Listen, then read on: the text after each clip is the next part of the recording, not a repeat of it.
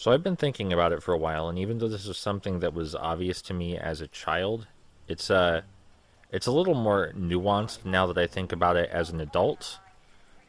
So I think Marvel Ultimate Alliance and X-Men Legends are part of a group, a sort of subgenre of top-down or isometric, if you prefer, beat 'em up action RPGs, specifically tailored for like console sensibilities. And I've compiled a list, if I can fucking find it, a list of games similar to. Okay, here it is. I had two notepad files named the same thing. Right, so what I've got for this list, and I want anyone to please help me try and find more examples of this list, of the games on this list, this subgenre of top down or isometric, if you prefer that term, top down or isometric console beat 'em ups with action RPG elements. Co-op not necessary, but it is a common feature. So far I've got X-Men Legends, X-Men Legends 2, Fantastic Four, Fantastic Four Rise of the Silver Surfer, Ultimate Alliance 2, Ultimate Alliance 3, Justice League Heroes, Young Justice Legacy, Nicktoons Unite, that Travis Touchdown No More Heroes spinoff for the Nintendo Switch, Avatar The Last Airbender on GameCube, the Brave video game based on the Pixar film, and Rise of the Guardians. That's what I've got so far. So, does this qualify as a subgenre? There's a significant amount of games. I mean, it's not a lot. My list isn't huge, but there's a significant amount of games that are like Ultimate Alliance and X-Men Legends. Enough that other studios wanted to be like those games and searched for specific elements similar to them. Do you think this should count as a subgenre? Do you know any other games like it? I'm really curious about this. But that's not what this whole video is for. Most of this video is to discuss superhero games that make you actually feel like a superhero. And I feel like very few games do that.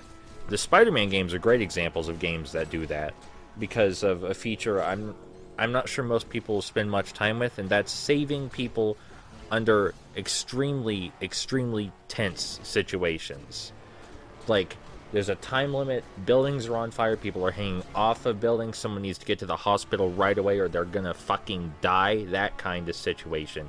That's what makes me feel like a superhero in a video game, making a difference, saving people. And the most important thing is that you have a choice not to save those people, especially in the Spider-Man games. You have a choice to just ignore them. And in Amazing Spider-Man 2, they make the theme a little more on the nose by punishing you if you ignore the people in danger.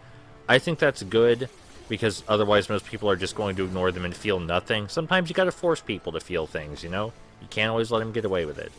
But Ultimate Alliance also has a really good example of making me feel like a superhero. Late in the game, there's a character named... God, I don't want to say her name wrong. Give me a minute.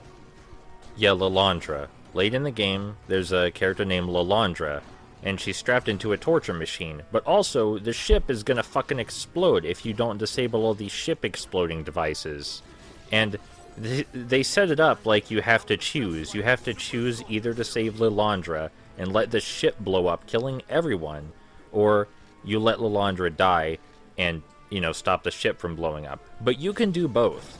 And trying to do both is extremely fucking stressful. Not in New Game Plus, because in New Game Plus you get to keep all your levels and shit.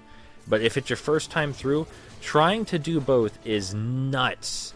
It's absolutely nuts. And it probably would have been a lot easier if I had all of the extreme meters saved up so I could use all the characters' extreme attacks, whatever. But the point is, the game's like you have to choose. You have to save Lilandra and get everyone killed, including yourself, or you can just stop the ship from blowing up. And Lilandra herself is like, no, don't worry about me, stop the ship from blowing up. And at that moment, when she was like, don't worry about me, stop the ship from blowing up, I was like, oh, bitch, you have no fucking clue how wrong you are. The moment when she had resigned herself to dying is when I kicked it into fucking overdrive, and I was like, I don't care if I'm here for the next 3 fucking hours. I'm going to save her ass. Just to show her. She's not allowed to fucking give up like that. And that was the highlight of the game for me. Until the ending. At the very end of the game, after the final cutscene, and before the credits, there's this little montage that shows that every action you took in the game to help someone or ignore someone that needs help has massive, unfucking fathomable consequences. And I mean fucking massive, unreasonably huge consequences for the tiniest of things, world-altering, universe-changing consequences.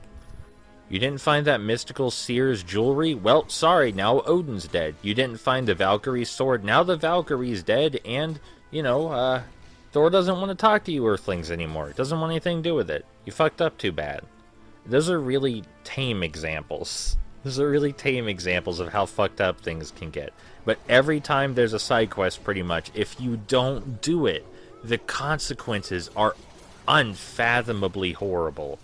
And that was amazing, because there's no clue while you're actually playing the game that this is going to happen. You don't know that these little side quests that seem insignificant are going to have such far-reaching consequences. And you don't really get anything for doing the side quest besides a little bit of extra dialogue and some experience at the time. So there's no incentive to do it beyond just to do it. That's so good. That is the essence of a perfect Spider-Man game's narrative in Ultimate Alliance. It's such a weird thing to include, and I'm so fucking happy, because that made the game for me, is knowing that all those side quests I did just to try and be a good person in this virtual space had such a huge impact. Did you know humans are basically immortal because I saved Lilandra? You're welcome. According to the ending cutscene, humans are now basically immortal. Disease is gone forever because I saved Lilandra. You're all welcome. I didn't know there was going to be a reward for doing it, but holy shit, was it a good reward. So yeah, moral of the story, Ultimate Alliance fucking rocks. It's really cool.